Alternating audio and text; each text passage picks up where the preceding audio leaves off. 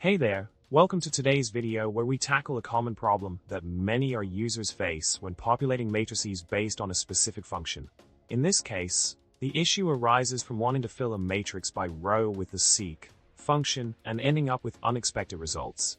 The initial script attempted to achieve this but failed to place the values in the desired positions. Now, let's dive into the solution that will make your life much easier. By utilizing a one-liner code snippet, we can efficiently populate the matrix as intended. The key lies in understanding the column major nature of our matrices and utilizing lower.try, along with rep, to fill the elements correctly. This approach ensures that the values are placed in the matrix in a sequential order, giving us the desired outcome effortlessly.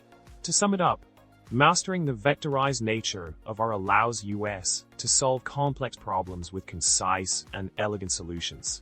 By leveraging the inherent properties of matrices and utilizing the right functions, we can achieve our desired results efficiently.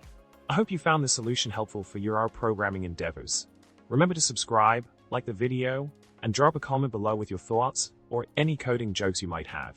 Thanks for watching, and happy coding!